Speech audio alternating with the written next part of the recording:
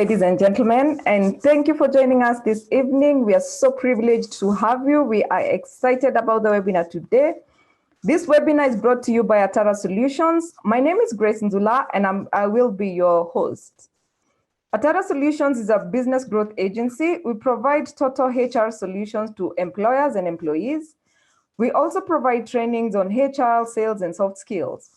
We founded Get It Right with Atara Solutions to educate entrepreneurs and employees to equip our listeners with knowledge that cuts across all facets of the business world. For more information, you can email us on info@atarasolutions.co.ke or check out our website, Atara Solutions. Get It Right with Atara Solutions is a platform that seeks to demystify issues in entrepreneurship and employment. We do this in partnership with the Lego Academy, a software development and capacity building academy. They have their November intake. November is next week, actually. So the intake is already here.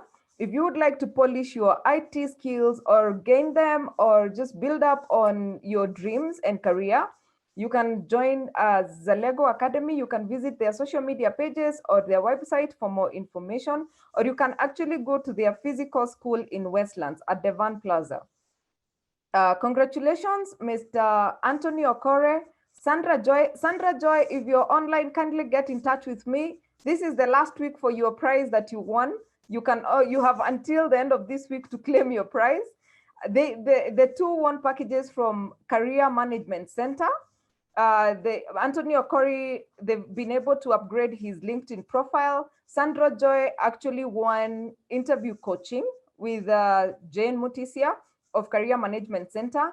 We have Posa Aswani, congratulations, who won the gift hamper from Shishi Naturals.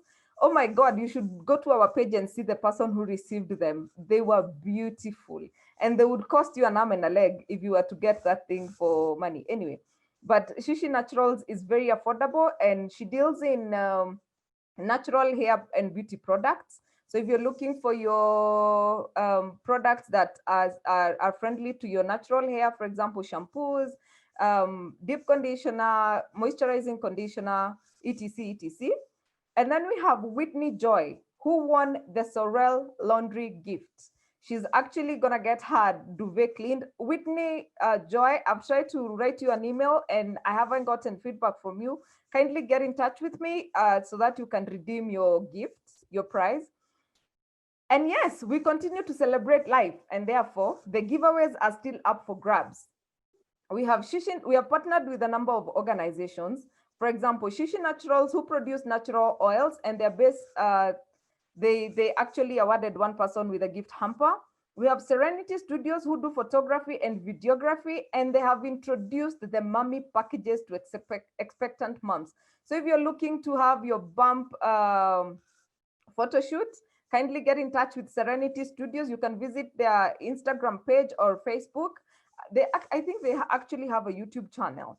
So you can just go and see if you're looking for a photo shoot, either for pregnant moms or just generally, or videography for your wedding or your events, kindly get in touch with Serenity Studios.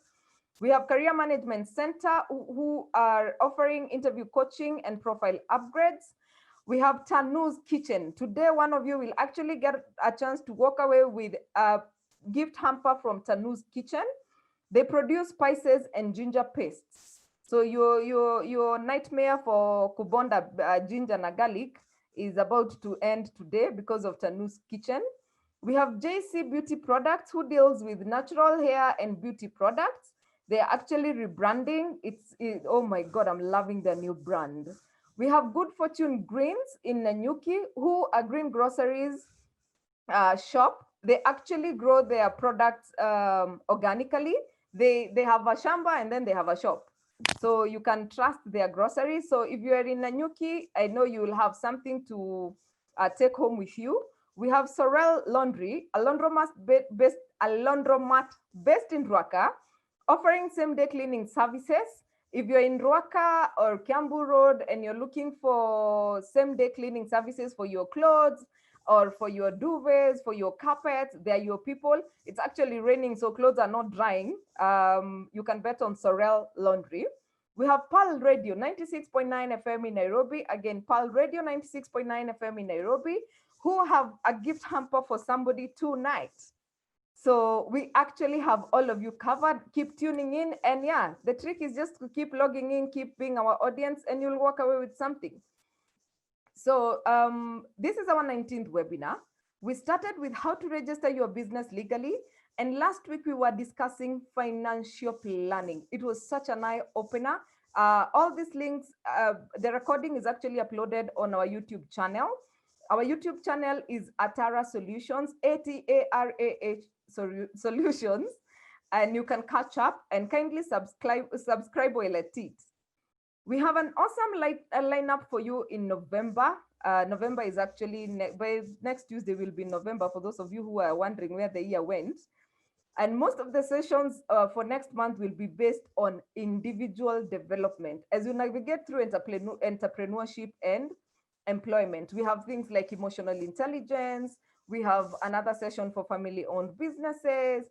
We have navigating change, things that can actually help you as an individual, whether you're an entrepreneur or in employment.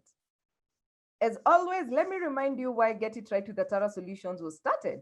Did you know that 22% of the businesses fail in the first year, 30% in the second year, 50% in the fifth year, and 70% by the 10th year? If you've been running a business that's more than 10 years old, we really applaud you. Good work, congratulations. You're really, really doing well. From here on, you can only get better. I am honored to and privileged to introduce our speaker today, Madam Edna Semiti. She is the founder of Zindua Career, a company that provides career mentorship to adolescents and young adults under the age of 35. So if you're in the youth bracket, you have Edna to see for your career growth, and you can work together to for your career shaping. Let me call it that. She is an expert in the human capital management and a certified leadership coach. She has over 20 years in project management, HR leadership, training and development, marketing, and social media management. Hey, Mama, you're gifted, eh? So we invite you, our audience, to ask as many questions as possible, and we will answer them given the time that we have. So Edna. Yes, madam. Are you with us? Very much so.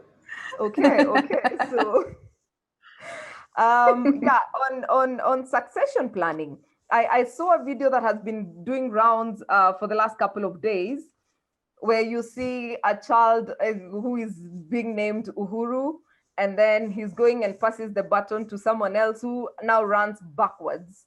And I was like, oh my God, what have they done to succession planning?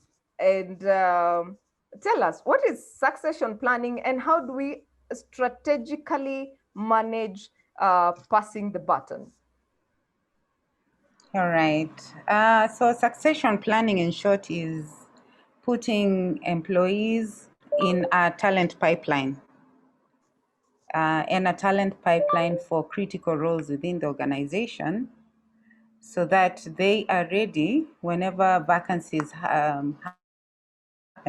They would be ready and prepared to take up the roles and continue running. So like the baton, continue running in that capacity with this full volume, full capacity, full velocity, momentum, so that there is no loss on, the momentum, the profitability, the competitive edge that the organization has. So the process of identifying the people who can be lined up for specific roles within the organization and preparing them to take up the roles in the event of, a vacancy, that is succession planning. Okay, take us through the presentation. All right. Thank you so much, Grace. Yes. Thank you so much, Eric, for this opportunity to serve on this platform. It's really an honor. And thank you for the wonderful introduction you've made about me and the compliments. You've earned them. Yeah, I hope I can win an award. Yeah, yeah. I am hearing awards, so I'm looking Yes. forward to being named. Oh, yes. So, like you mentioned, Grace, I have all that experience, all that. Mm-hmm. Additionally, I've worked in oil and gas. So I have experience in oil and gas. Actually, when I was working in the oil and gas industry, that is where I got a lot of experience on the succession planning process, because as you can imagine, the oil and gas industry really has critical roles and critical skills that are scarce in the market. So when you do get people who are good for the jobs, you want to be careful that you'll not be losing on the institutional knowledge, or you'll not be losing on the momentum in the event that there is a vacancy for whatever reason. Mm-hmm. So thanks to oil and gas, I can be able to stand here and talk about succession planning. But I also have experience in banking and manufacturing, construction, and the NGO, Mm-hmm. which, as I went by through these organizations, I did come across the subject of succession planning, although the subject on succession planning wasn't really complete and it wasn't at the forefront because of the organization priorities. So we'll talk about that. So like you mentioned, currently I'm working in Zindua Career, actually. It's Zindua Career. I know you mentioned that you got a number of queries about what is this Zindua Career? It's an organization, actually, a limited company, registered right here in Kenya, operating in Kenya since 2018. And for most part of last year, we were in high schools and primary schools, unpacking the subjects of career development to these young adolescents and young adults under the age of 35. Mm-hmm. You may ask why, but, and I will answer that question. I think young people are the future, although we say the young people are the leaders of today. However, like in the succession planning topic, they do need to be prepared to make good decisions. And when they do identify good opportunities for themselves, to learn how to grow and thrive in those positions. So for adolescents, what they need to do right now is the support on decision making. So parents of teenagers, please do call me, like Grace said. I will help your children build confidence and be able to make good decisions, because we are no longer, as parents, we are no longer in charge of making career choices for our children, simply because we don't have the capacity, because the options have just grown too big. And rather than letting them swim in the ocean of sharks, connect them with a career mentor who can guide them. So other than the professional front, I'm a mother. I'm very hardworking. I'm self-driven. I love people. I love humor. And I'm a mother of three wonderful boys. My firstborn is 21, and my lastborn is 13. The middle one is 19. So you can imagine, a lot of times, even when I'm doing the career planning programs, I am speaking out of experience, raising and training young people to identify where they want to be. So enough about me. That's not why we're here. Let me say what I'm going to be talking about this evening. I know I have 20 minutes to do that. So if at all at one point you feel like I'm rushing, that's because I am rushing to pass on the baton back to Grace. I will cover the topic on succession planning, which I've already defined. That was my first agenda, so that's done. I will try and encourage, because Grace told me that the people who are in the audience, I can see we have quite a number right now, are business owners, individual and corporate and family business owners. So I'll try to encourage the business owners to look at succession planning as a priority within the organization, and that there is a business, and not to handle it like the way I have experienced in the past in some organizations, to other business, more important business. I hope succession planning can come to the top of those executive conversations, because there is a serious business case for it. Then I want to share steps, although given the time, it's not adequate time, but I want to just share steps with you that if you were to decide, okay, I'm going to go with it, where do I start? I want to share the steps for you so that you can know where to start and where to move on from there. And then while you're at it, watch out. There would be some landmines that you need to look out for. So that's the structure of my conversation today. I would welcome that if there is anything that needs addition, then it is maybe forwarded through a question. So to start with, I want to read with you. I'm a storyteller, so I want to read with you a story that I found on the internet when I was just researching about how succession planning is being viewed in Kenya. And I found I found a number of articles, but I want to highlight this one, which was the most exciting for me, because I feel like maybe this is where a number of business owners are in terms of the attempt to work on succession planning, or even maybe the idea you have about what succession planning is. And if that is it, it would be a good idea to know that you're not alone. So this is an article that was written by UONBI, University of Nairobi, and the topic is Succession Planning and Management in Kenya, a case study of quantity surveying firms. So I'll just read it out very fast. Just read with me. Majority of quantity surveying firms in Kenya are faced with possibility of winding up with their founders' exit, while other firms have turned into vocational practices with founders facing their sunset days with no hope of retirement. Concurrently, there is growing chorus on the need for older professionals to develop, groom, and integrate young professionals into more responsibilities to progressively take over the QS practices to ensure continuity. Current dynamics in the construction industry also demand that firms attract, retain, and internally develop potential partners, talent as key to the firm's future success. Yet, notwithstanding the call for generational transfer of leadership, the market dynamics, succession planning and management has largely remained on the back burners. The research sought to investigate how succession occurred in QS firms and benefits and the challenges of the succession planning and management. The study employed a qualitative research methodology based on grounded theories and approach. This was necessary to describe and understand the succession phenomena as understood and practiced by Kenyan QS firms. Data was collected by questionnaires administered to 30 firms. The findings indicate that succession in major of the QS firms is largely unsystematic, informal, and accidental, as only 32% of firms had systematic succession planning and management programs.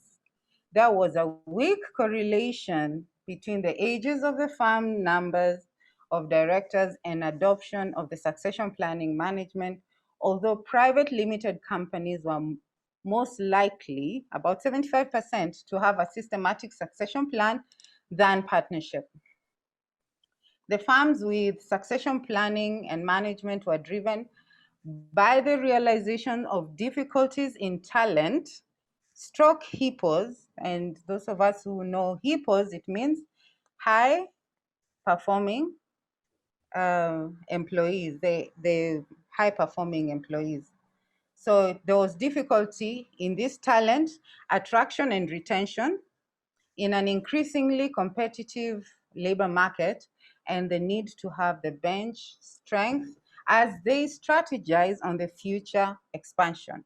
The firms enjoyed several benefits, among them continuity and sustained business, consistency in output and operations, improved employee morale, and retention and expansion of firms' directorship. The challenges to the succession planning and management efforts are mostly lack of coordinated follow-through on employee development programs, difficulty in identifying true successors and the HIPPOs, insincere discussions, founders syndrome, nepotism, mistrust, impatience of younger professionals who I assume end up just leaving, and lack of capacity by hippos to buy into the farm. The implication of these findings point to the need for sensitization of the QS farms on systematic succession planning and management program, and how to avoid common pitfalls in the succession planning and management effort. I don't know how you view this article, and I don't know whether you see yourself in this article as we were reading, see your organization. Are these the challenges you're experiencing? Are you one of the companies that are already implementing the succession planning process, but then you're at the point where probably we need to do more, probably we're feeling stuck, or probably we're feeling like we're going deeper and deeper into the pitfalls? Or are you one of those organizations that have already put succession planning into the back burners, and you are facing the challenges of, frequent vacancies in the high potential and high performing vacancies? So the vacancies that bring you the most returns, that are most strategic, for example. Which one are you? Whichever it is, I hope this article can be able to push you into realizing that succession planning is actually at the center of your talent management program. So many times we handle the talent management process in the absence of succession planning. So we do our acquisition plans, we do our workforce planning processes, we do our development. We have this budget that we put aside, we're going to train employees. And then when vacancies fall, when positions fall vacant, we have this wonderful plan of how we're going to recruit, either for a replacement or maybe a change. And when something like COVID-19 happens, we make decisions about who is going or who is staying, not bearing in mind that if there would have been a proper succession planning process already instituted, we could have easily just transitioned into the new way of living. When we are making decisions on whether we are going to hire employees, are we making decisions with the hindsight that these employees are probably coming to fit into a certain talent pool so that they can be developed and probably led into the pipeline for a certain position or a certain number of positions? When we don't do that, when we handle employees as people who are just coming in to fill in the empty spaces that are within our organization, then we are not looking forward to growth that actually growth of employees that leads to growth of the companies. Like this quote says, the future of organizations is the growth of the people in them. Your future in your organization, your competitive edge in your organization, your ability to meet your competitive strategy, the ability for your employees to be engaged within your organization is inside your employees.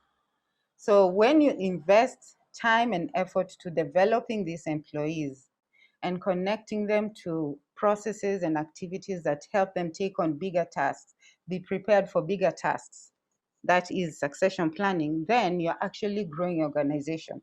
And you're guaranteeing the existence of the organization despite changes, despite exits, despite any attrition that may come.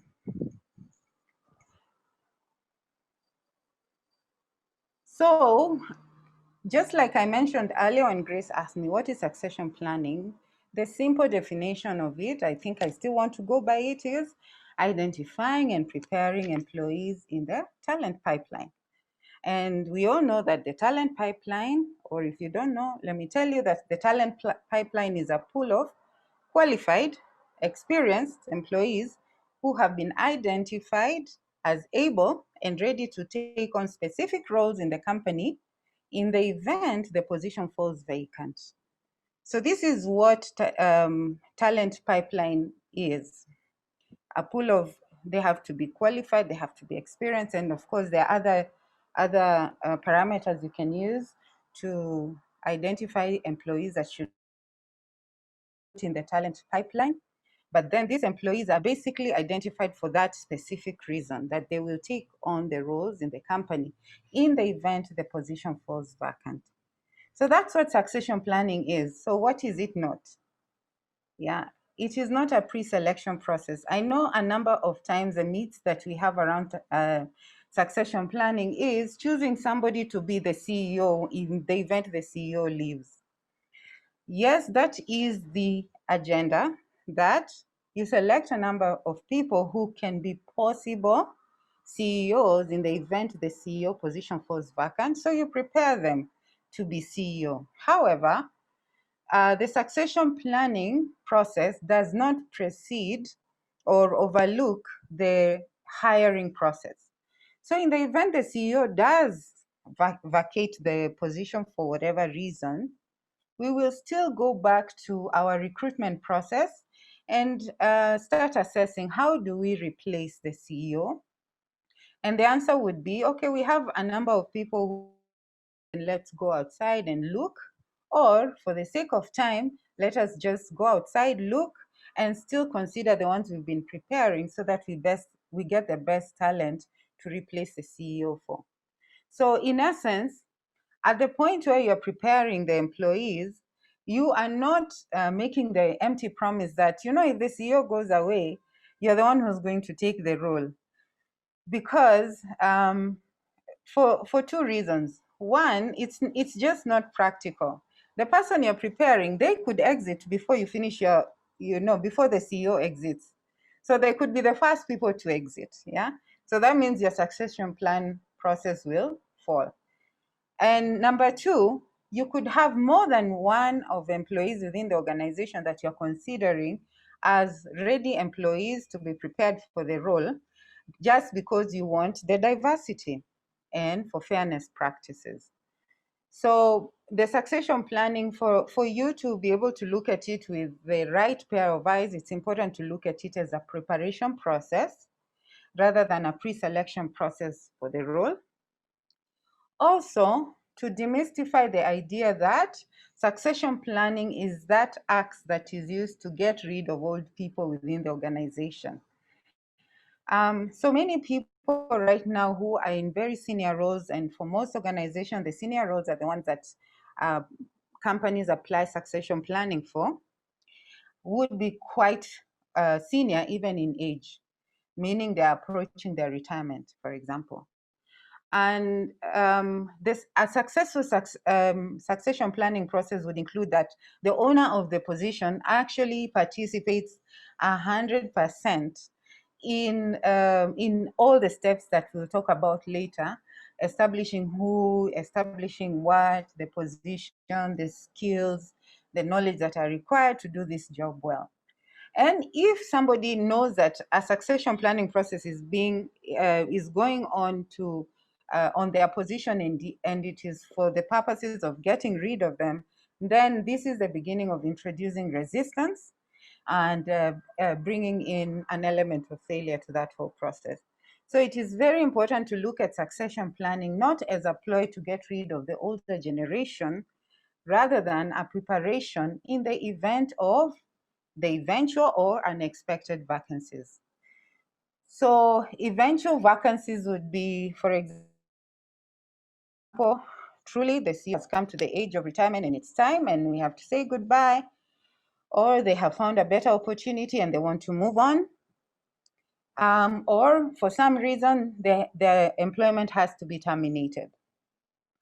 Unexpected vacancies would be, for example, maybe the CEO or the managing director or the board member dies for whatever reasons they die, and the vacancy exists. So when people who are involved in the succession process are involved, knowing that this is for purposes of making sure that we do not slow down in our operations, in our competitive edge within the market, that's why we are putting together the succession plan. High chances are you'll get a lot of support as a manager. So it's important to define succession planning for the real term that it is, by even distinguishing it from what it is not. Now, I'd like to talk about, why is it important for succession planning to take place within your organization? And before I talk about that, I want to just speak about these numbers. One of the numbers I want us to talk about is this one that says 62% of employees say that they would feel more engaged if they worked in a company that has a structured and working succession planning process. I got these numbers from a website called Software Advice. And if you look at this statistic, basically the essence of it is that succession planning, well done, when it is well done, when it is implemented as it should, it brings in an element of motivation, employee motivation and engagement. And we all know as HR people, business owner, engagement and motivation increases productivity, which has a direct relationship to profitability and growth of the company. So whereas you're thinking about, should I do this, should I not do this, just think about your employees. A properly implemented succession planning process will increase your employees' engagement and productivity. The other number I want us to talk about is this one, that 50% of the workforce are millennials. 50% of the workforce are millennials in 2020. And probably if I have time, I would like to ask, do you think it's true or false? What do you think?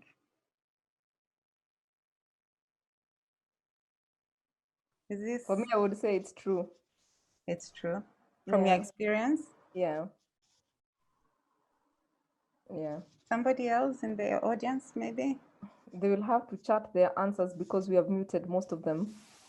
Most of Oh, them are saying it depends with the organization. Someone else is saying true. okay. Yeah. Could Right. you share any metrics that one can use to measure effectiveness of? Okay, most of them are going by true. Karen Wakasiaka is saying false. True, true. You have a lot of truths on this. Okay. And someone else is So, saying not true because they are not patient. but who do you replace them with? Yeah, They're exactly, impatient, yeah. exactly. So they go away, but who do you replace them with? You replace them with millennials. So Yeah.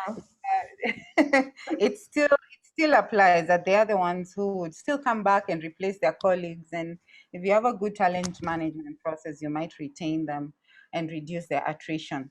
But Mm-hmm. why is this number important for us right now as we are talking about succession planning? The point is this: then the employees who are staying longer within your organization are people who will stay with you much, much longer. There are people who are not even skilled, they need development, they need growth, and they can take critical roles within your organization. So you do need to think about how do you use them to their maximum potential. Mm-hmm. Succession planning can be a way out for you, because when you do a proper succession planning process, you actually start preparing young people to do greater, and they have energy, they have time, they even have the open-mindedness, because at this point they are willing to take on any challenges that are coming. So the point is, make use of your human resource, your critical human resource, to do great stuff for you, to take bigger positions in your organization by implementing a good succession planning process. Then finally, which is a harsh reality even for me, that by the year 2030, and I'm not admitting to any age by saying that, but by the year 2030, most baby boomers will have retired. Simple math.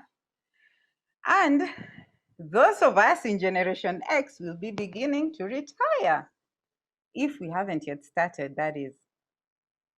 And how is this, this reality or this fact making you think about your organization? What will happen? 2030 is 10 years from now.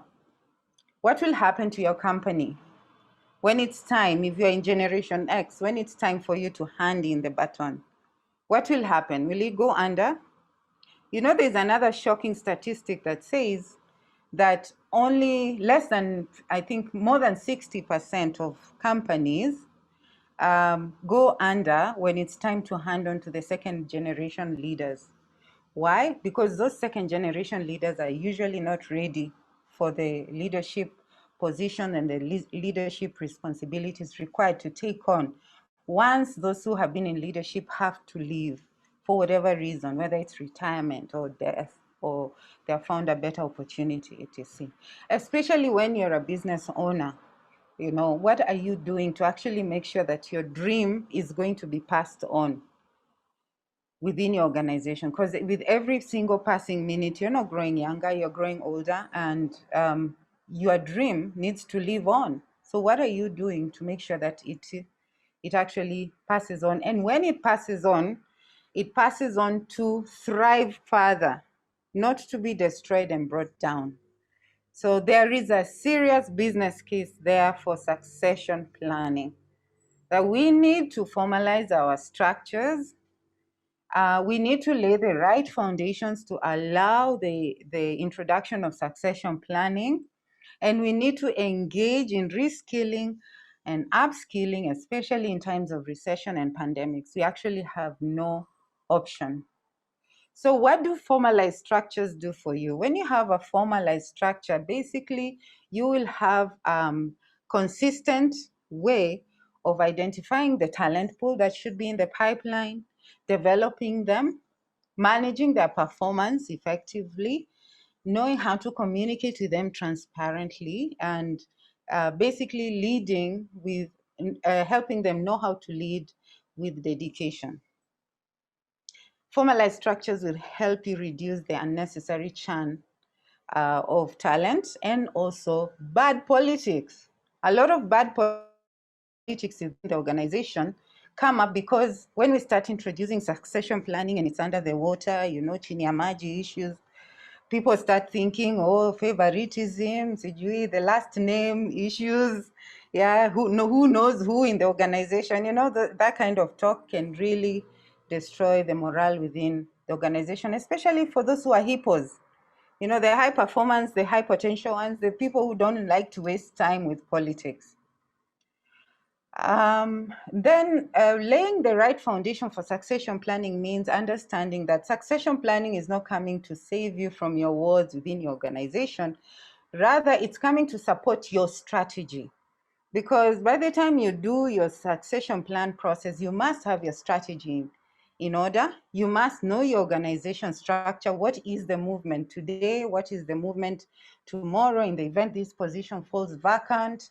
Because of this strategy coming up, the changes that are going on in the organization around us, what are the possible movements and how are we going to tackle those movements? So succession planning is actually coming to support you so that your talent pool keeps on being productive for you within the organization.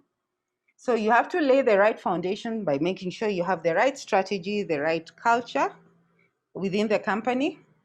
You have the right structures, your processes, you have chosen the right technology to support you. You know, you have your competency model so that you know the kind of skills you're looking for your growth and development. And you know the people that you would like to put in your talent pool, and the ones that you want to keep and the reasons why you want to keep them as well. Thirdly, reskilling and upskilling is basically understanding that your process, your succession planning process, requires investment of time and money.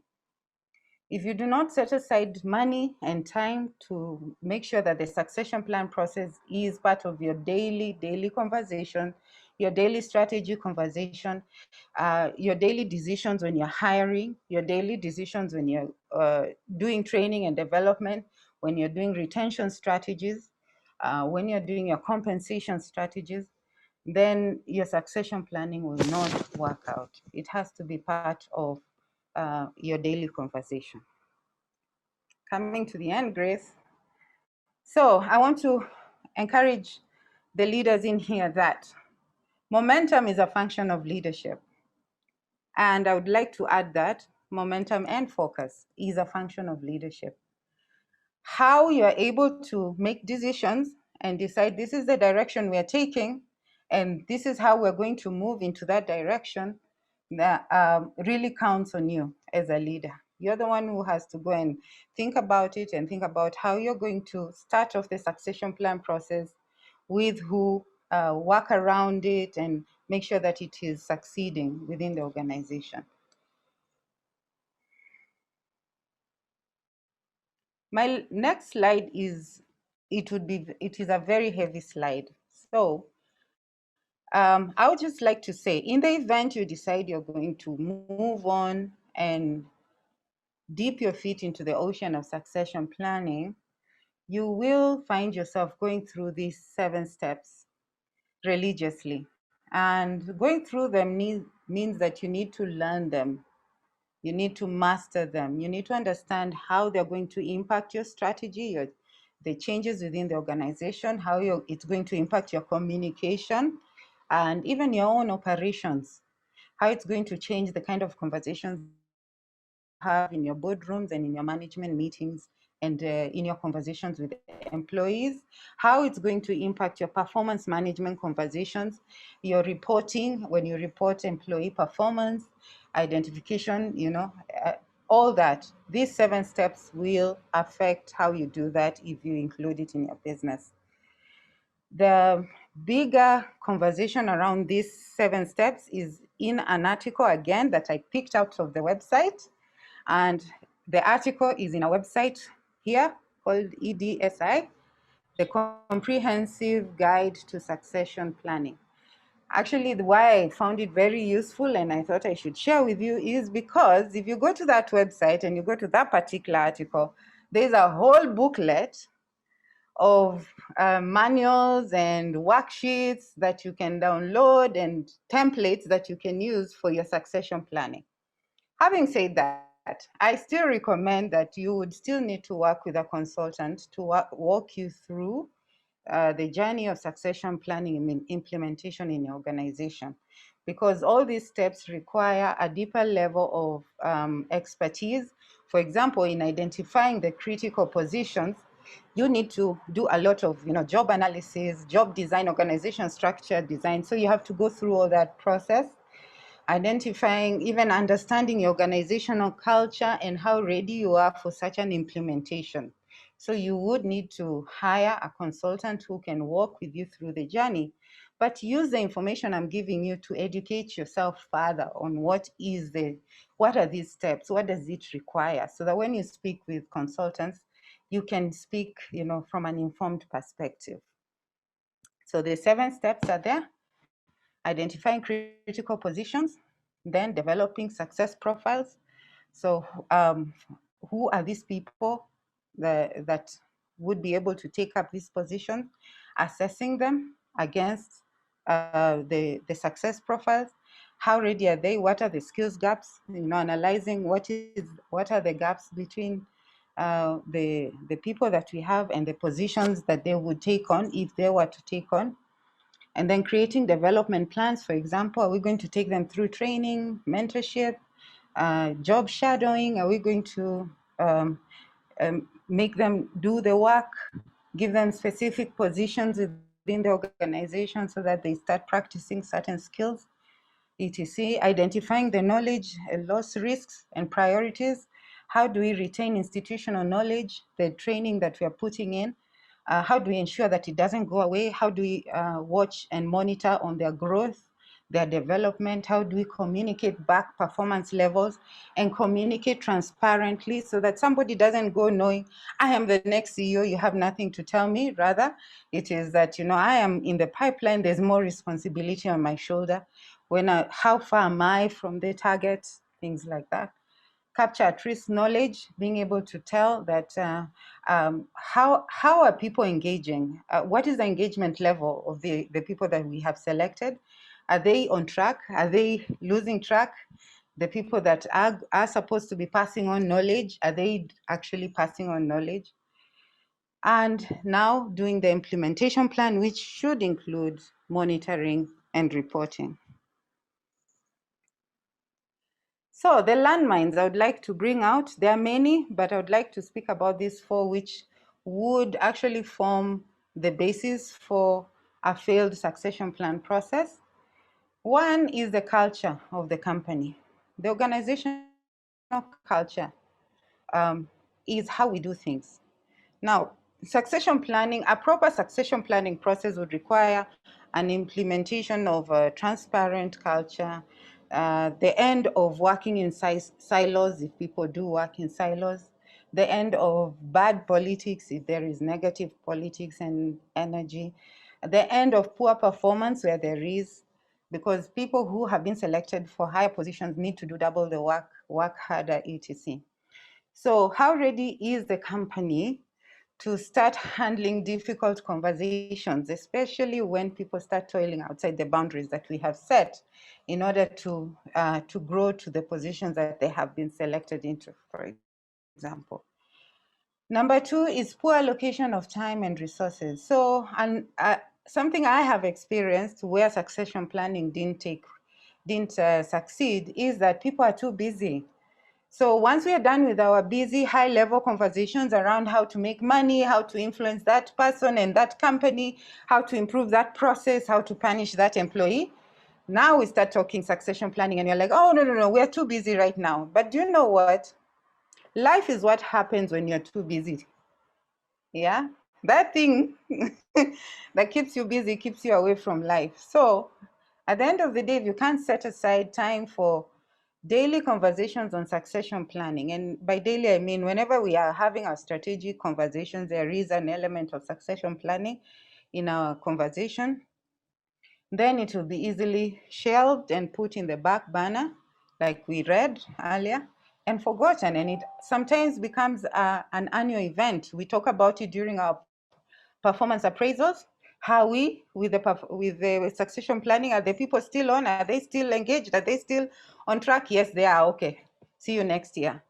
And so succession planning doesn't become part of our daily living.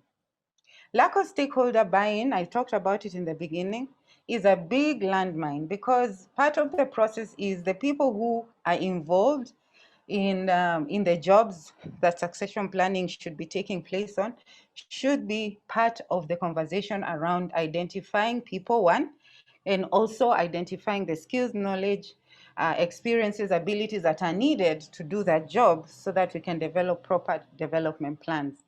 Now, if these people don't buy in, then there will be resistance.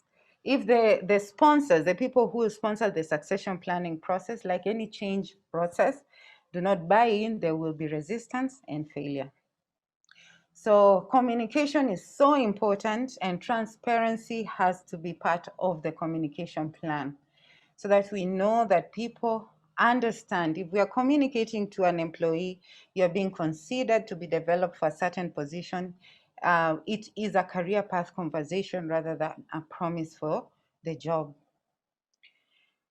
Then implementing the process for the wrong reasons. Now, succession planning should be implemented as a support system for our talent management process and for engagement purposes and for increased motivation. It should not be implemented to get rid of old people, for example, or get rid of people we don't like sometimes, saying that this one is not a good fit for the organization. They don't fit into the culture. For what reasons, we can't really point a finger, it's just a feeling. So we need to look out for the reasons why we are bringing in succession planning.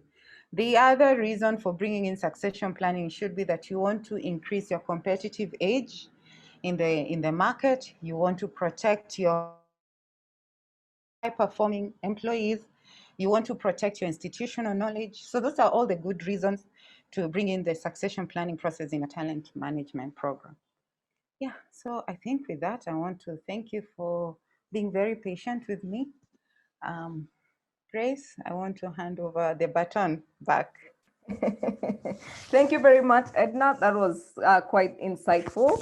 And for our audience, we're going to share the presentation. You can also find her contact for those who are asking about how to reach out to Edna. Now, as before we start on the questions, we have a couple because I'm seeing we are running out of time. So we have the giveaways for today. The first person to get something would be Kibara Njeri. Kibara, I don't know how to pronounce your name. It's Kibara Njeri or Kifara Njeri, Kabara Njeri.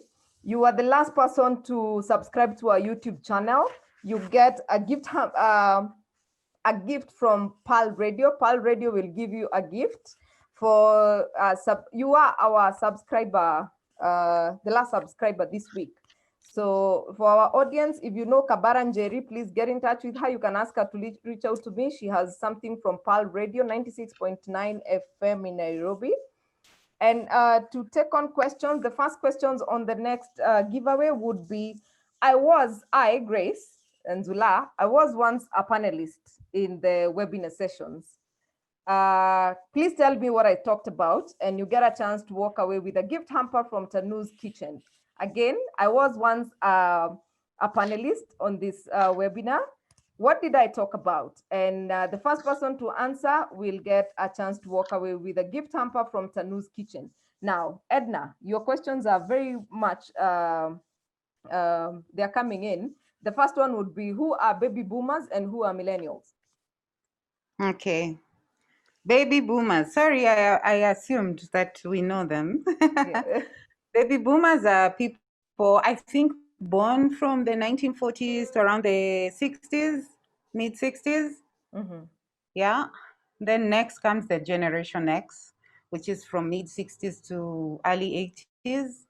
And then the next would be now the millennials from early 80s to around the 90s. Yeah, 90s there. Okay. No, that is Generation Y. After Y is now the millennials from 2000. Yeah. So most of us who are born in the 70s are parents to millennials. Okay. And so on to one question from John Moreithi, pertaining to succession within family businesses.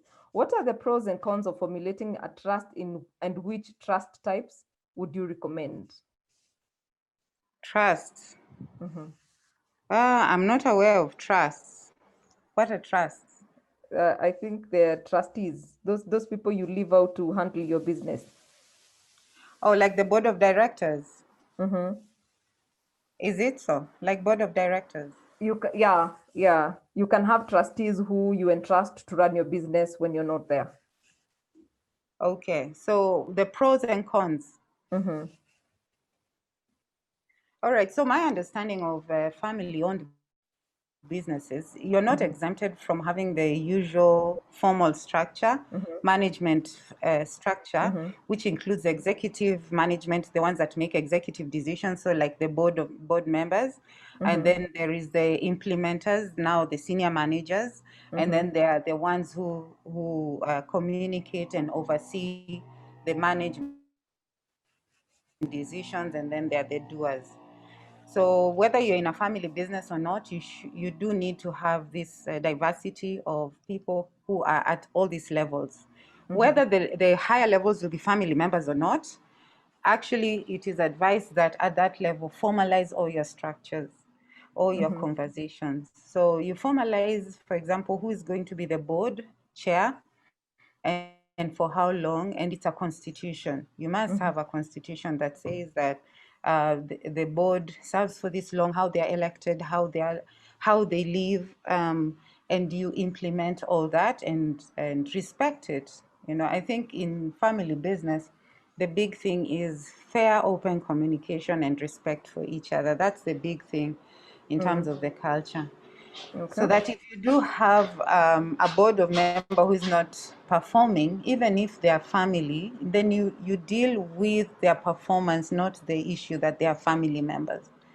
So I would suggest that if you decide as a family, all of us are going to be board of directors, that's fine, but just formalize your structures. And then make sure that you have a senior management team that you recruit that can implement your ideas for you.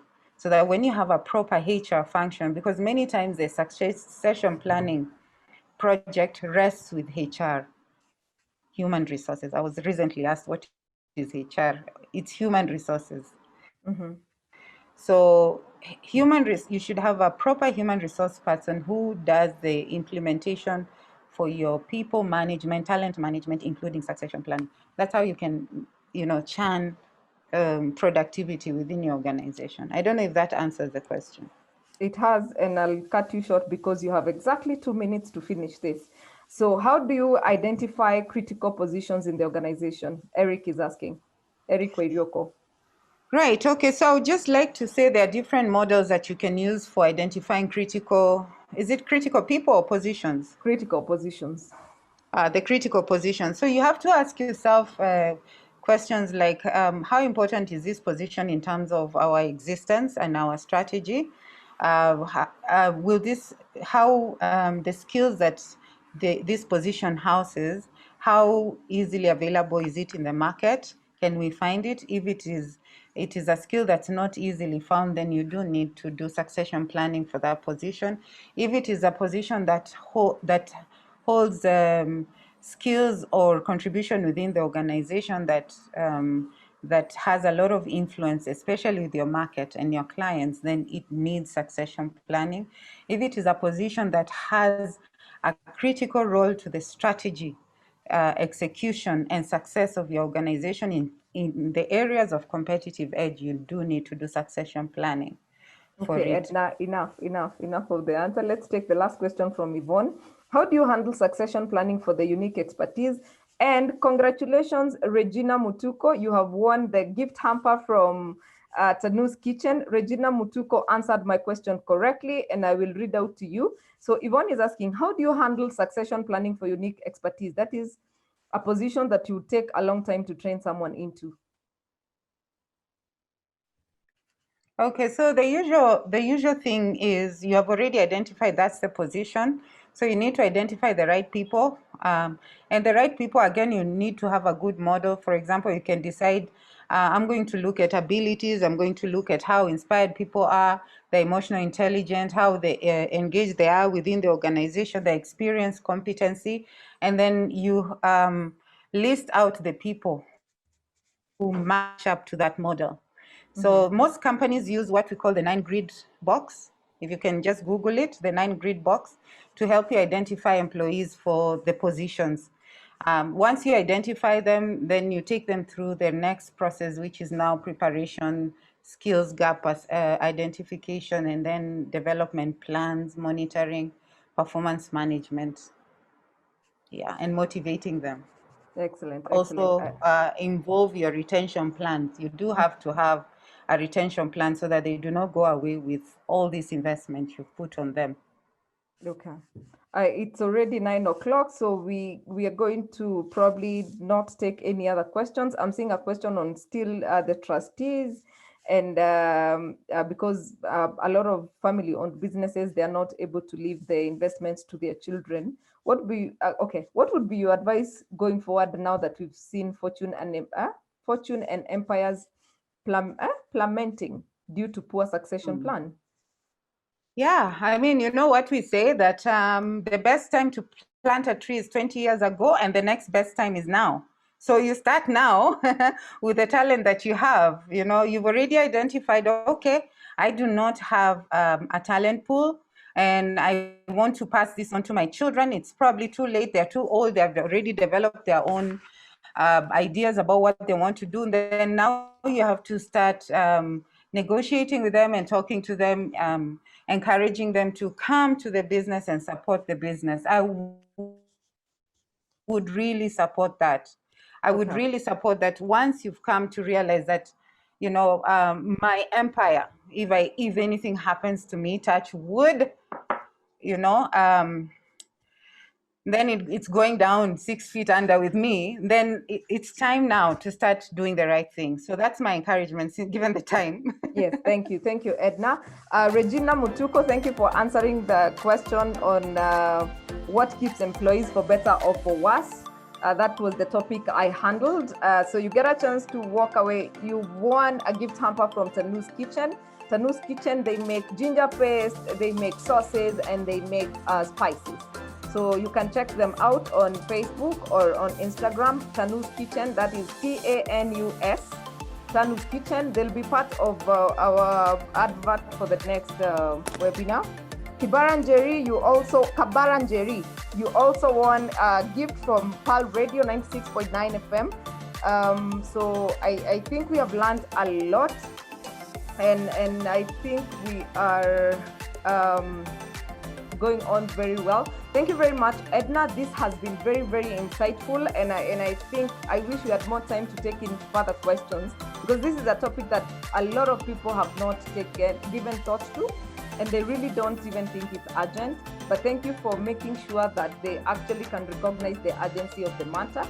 This great discussion is brought to you by Atara Solutions, a HR consulting firm in partnership with Zalego Academy, a software development and capacity building firm.